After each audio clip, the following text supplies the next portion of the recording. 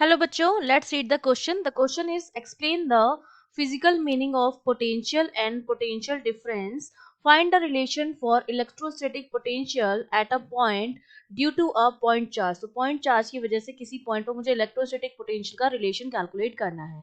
तो देखिए इस क्वेश्चन को सॉल्व करने के लिए हमारा की कॉन्सेप्ट क्या रहेगा. की कॉन्सेप्ट में सबसे पहली चीज तो मुझे एक्सप्लेन करना है पोटेंशियल क्या होता है और पोटेंशियल डिफरेंस क्या होता है. ठीक है, पोटेंशियल होता है एक तो, और एक आपका होता है पोटेंशियल डिफरेंस. तो पहले तो मैं उन दोनों को क्या करूंगी, एक्सप्लेन करूंगी, और फिर मुझे पोटेंशियल निकालना है एक पॉइंट चार्ज की वजह से किसी पॉइंट पर. ठीक है, तो वो हम कैलकुलेट करेंगे पोटेंशियल डिफरेंस. तो देखिए क्या होता है, किसी भी पॉइंट चार्ज को, ठीक है, किसी भी यूनिट पॉजिटिव चार्ज को, यूनिट पॉजिटिव चार्ज को इनफाइनाइट से किसी पॉइंट तक लाने के लिए, ठीक है, इनफाइनाइट से किसी पॉइंट तक लाने के लिए जो वर्क डन करना पड़ता है, ठीक है, जो वर्क डन करना पड़ता है वो हमारा क्या होता है, वही हमारा होता है पोटेंशियल. ठीक है, किसी भी यूनिट चार्ज को, सपोज यहाँ पर मेरे पास इनफाइनाइट है, यहाँ पर कोई इनफाइनाइट इन्फिनिटी पर मेरे पास कोई यूनिट पॉजिटिव चार्ज है. इस पॉजिटिव चार्ज को किसी पॉइंट, सपोज यहाँ पर पॉइंट 1 है, यहाँ तक लाने के लिए जो वर्क डन करना पड़ेगा वही हमारा क्या हो जाएगा, पोटेंशियल हो जाएगा. ठीक है, और जब हम पोटेंशियल डिफरेंस की बात करते हैं तो क्या होता है कि किसी भी यूनिट पॉजिटिव चार्ज को एक जगह से, from one point to another point, एक पॉइंट से दूसरी जगह ले जाने के लिए जितना काम करना पड़ता है वो हमारा हो जाता है पोटेंशियल डिफरेंस. सपोज पहले हम इन्फिनिटी से यहाँ फर्स्ट पॉइंट तक लेके आए, फिर फर्स्ट पॉइंट से मैं सपोज इसको सेकंड पॉइंट तक लेके गई. ठीक है, तो यहाँ पर हमने मान लिया कि पोटेंशियल जो था V1 था, यहाँ पर पोटेंशियल V2 था.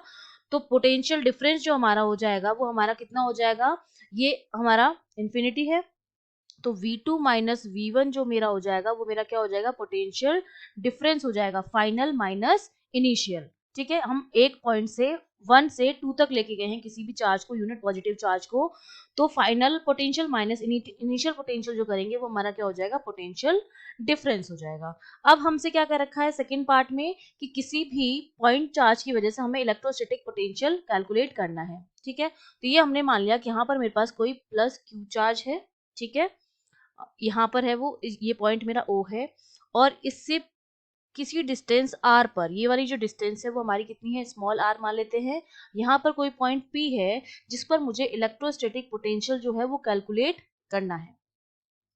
ठीक है, तो अब हमें पता है कि इस पॉइंट पर हमने मान लिया कि जो पोटेंशियल हमें, ये जो पॉइंट, क्योंकि हमारा जो वर्क डन होता है वो सेव हो जाता है एज एन एनर्जी. ठीक है, ये हमारा क्या हो जाएगा, यहाँ पर ये एनर्जी है. ठीक है, P पॉइंट पर पोटेंशियल एनर्जी, ये जो साइन मैंने बनाया है वो पोटेंशियल एनर्जी के लिए बनाया है. ठीक है, ये जो है मेरी क्या है, पोटेंशियल एनर्जी है, और पोटेंशियल एनर्जी को हम किस रखते हैं, U इक्वल्स टू के Q1 Q2 अपॉन R. के की वैल्यू क्या होती है, 1/4 पाई एप्सिलॉन नॉट. तो इस पॉइंट P पर हमने मान लिया कि यहाँ पर क्या था, इनफाइनाइट पे Q डैश चार्ज था.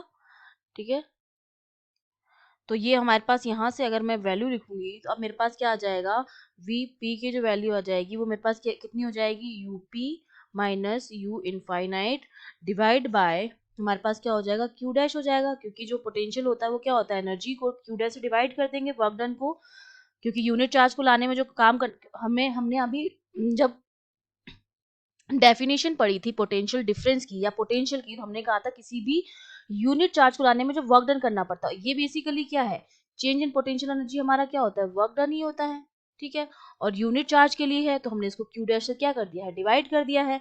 तो अब मेरे पास पी पॉइंट पर जो पोटेंशियल आएगा वो हमारे पास कितना हो जाएगा, ये हमारे पास हो जाएगा क्यू डैश से क्यू डैश तो कैंसिल आउट हो जाएगा, ये मेरे पास बचेगा Q upon 4 pi epsilon not